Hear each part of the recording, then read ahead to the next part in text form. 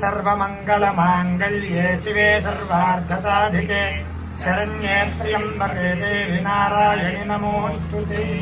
ॐ जातवेदसे सुनवामसो ममराति यतो निदहाति वेदः स नः पर्षदति दुर्गाणि विश्वानावेव सिन्धुं दुरितात्यग्निः तामग्निवर्णां तपसा ज्वलन्तीं वैरोचनि कर्मफलेषु जुष्टाम् दुर्गां देवीको शरणमहं प्रपद्ये सुतरसि तरसे नमः।